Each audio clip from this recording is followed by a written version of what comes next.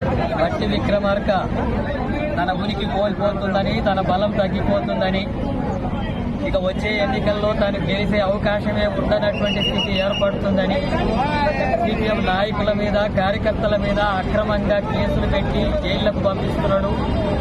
ఇప్పటికే మధుర నియోజకవర్గంలో 13 మందిని జైల్లోకి పంపించాడు. ఇటీవల రామారావు హత్య జరిగినటువంటి పాతర్లపాడులో ఎలాంటి దౌర్జన్యమంతా కూడా వాళ్ళే చేసినా, కాంగ్రెస్ వాళ్ళే చేసినా 25 మంది మీద, అట్లాగే డివిజన్ కార్యదర్శి గోపాలరావు మీద కేసు పెట్టారు. అట్లాగే ప్రభాకరు ఎరుపాలెం మండలానికి సంబంధించినటువంటి మండల కార్యదర్శి మీద కూడా అక్రమంగా కేసులు పెట్టారు.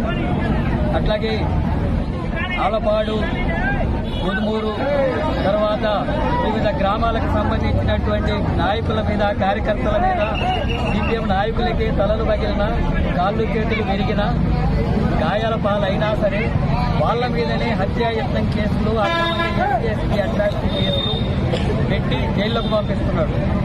ఈ రాష్ట్రంలో కానీ, దేశంలో కానీ ఎక్కడైనా దళితుల మీద దాడులు జరిగినా, గిరిజనుల మీద దాడులు జరిగినా, మహిళల మీద అత్యాచారాలు జరిగినా, అనగానటువంటి తరగతుల హక్కుల కోసం పోరాడి అవసరమైతే జైళ్లకు, ప్రాణాలకు తెగించి పోరాడుతున్నటువంటి సిపిఎం నాయకుల మీదనే అక్రమ కేసులు పెట్టి, అట్లాగే అట్రాసిటీ కేసులు పెట్టి పాల్పడడం అనేటటువంటిది జరుగుతుంది. ఈ చర్యను సిపిఎం పార్టీ రాష్ట్ర కమిటీ తీవ్రంగా ఖండిస్తుంది. ఇలాంటి పద్ధతుల్లో సిపిఎంను అడ్డుకుంటామని చెప్పి బట్టి విక్రమార్క అనుకుంటే అది తన జీవితంలో జరిగినటువంటి విషయం. ఇటువంటి ప్రతిఘటనలు చేసి రామారావు లాంటి హత్యలు చేసినటువంటి నేపథ్యంలోనే సిపిఎం పార్టీ మధుర నియోజకవర్గంలో మరింత బలపడింది. ఖమ్మం జిల్లాలో కూడా మరింత ఎరపెక్కి పోరాటాలకు సన్నద్ధమవుతుంది.